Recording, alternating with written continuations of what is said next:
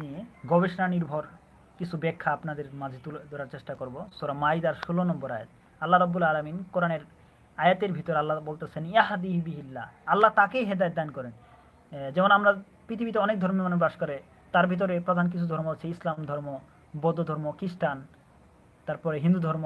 অনেক ধর্মেরই মানুষ পৃথিবীতে বাস করে, কিন্তু সে যদি চায় যে তার সৃষ্টিকর্তা কে, কে তাকে সৃষ্টি করছে, তার সন্তুষ্টি লাভের জন্য সে তার দিন গ্রহণ করতে চায়, এরকম ধারণা যদি মানে সে ইসলামের ভিতরে না থাক, যে কোনো ধর্মের হোক, সে যদি এরকম ধারণা পোষণ করে যে আমি আসলে কোন ধর্মে কনভার্ট হব, আমি তো আসলে আমার ডিরেকশন ঠিকভাবে খুঁজে পাচ্ছি না, এরকম ধারণা যদি তার মনের ভিতরে আসে, সে যদি চায় যে আমি পরিপূর্ণ একটা ভালো শান্তির ধর্ম বা শান্তির দিন সৃষ্টিকর্তাকে যার মাধ্যমে পাওয়া যায় আমি সেটি গ্রহণ করতে চাই, সে যদি অন্তরের ভিতরে এইরকম বাসনা পোষণ করে, আল্লাহ বলেন ইয়াহদি বিল্লাহ, আল্লাহ তাকেই হেদায়েত দান করেন, মানিত্তাবা রিদওয়ানা সুবুল সালামি, যে চাই শান্তির দিকে আসতে। কিন্তু মনের ভিতরে পিস অফ মাইন্ড, আমার মনকে প্রশান্ত করতে হবে যে আমি শান্তির পথে আসব। আল্লাহ রব্বুল আলামিন বলেন যদি সে চায় যে শান্তির পথে আসবে, সুবুল সালামি, শান্তির পথে আসবে, ইয়াহাদি বিহিল্লাহ, আল্লাহ তাকেই হেদায়েত দান করেন।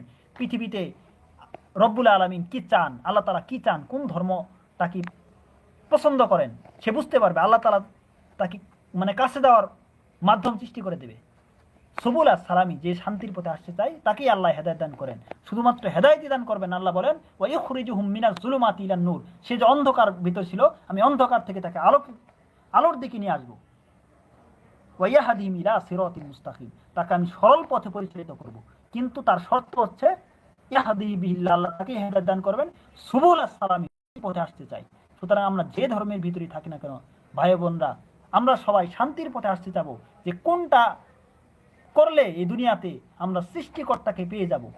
সুতরাং আমরা যদি এই কনসেপ্টটা মাথায় নিতে পারি যে আমি শান্তির জন্য, সৃষ্টিকর্তা আমাকে যে সৃষ্টি করেছেন তাকে কাছে পাওয়ার জন্য আমি মনের ভিতরে স্থির করলাম একটা জিনিস, আর এই স্থির করার দরুন আল্লাহ রব্বুল আলামিন আমাদেরকে হেদায়েত দান করবেন। এই সূরা থেকে এটাই আমরা বুঝতে পারি। সুতরাং আমরা যে ধর্মের থাকি না কেন আমরা বুঝতে চেষ্টা করি যে আমাদের কে সৃষ্টি করেছেন তাকে আমি কাছে পেতে চাই, তার শান্তির দিকে যেতে চাই। এরকম ধারণা যদি পোষণ হয়, আল্লাহ রব্বুল আলামিন অবশ্যই হেদায়েত দান করবেন। আল্লাহ বলেন ইয়াহদিহি বিল্লাহ, আমি অবশ্যই হেদায়েত দান করব সুবুল সালামি, যে শান্তির দিকে আসতে চায় তাকে কি করব, ইখরিজুহুম মিনাজ জুলুমাতি ইলান নূর, সে যে অন্ধকারের ভিতরে ছিল অন্ধকার থেকে তাকে আলোর দিকে নিয়ে আসবো। শুধুমাত্র আলোর দিকে আনবো না, ওয়া ইয়াহদিহিম ইলা সিরাতিল মুস্তাকিম, আমি তাকে সরল পথে পরিচালিত করব। সুতরাং আল্লাহ রব্বুল আলামিন, আমরা যে ধর্মেই থাকি না কেন আমরা অনুসন্ধান করতে চেষ্টা করি আল্লাহ অবশ্যই আমাদের সুনির্ধারিত দিন, সে কি চায়, আল্লাহ তাআলা বান্দার উপর কিভাবে সন্তুষ্ট হয়, সেই দিন আমাদেরকে পৌঁছে দিবে, আমাদের অন্তরে পৌঁছে দিবে, ফলে আমরা মানতে সক্ষম হব। আশা করছি আমরা এই আয়াত থেকে এই কনসেপ্টটি আমরা জানতে পারি। সবাই ভালো থাকবেন। আসসালামু আলাইকুম রহমতুল্লাহ।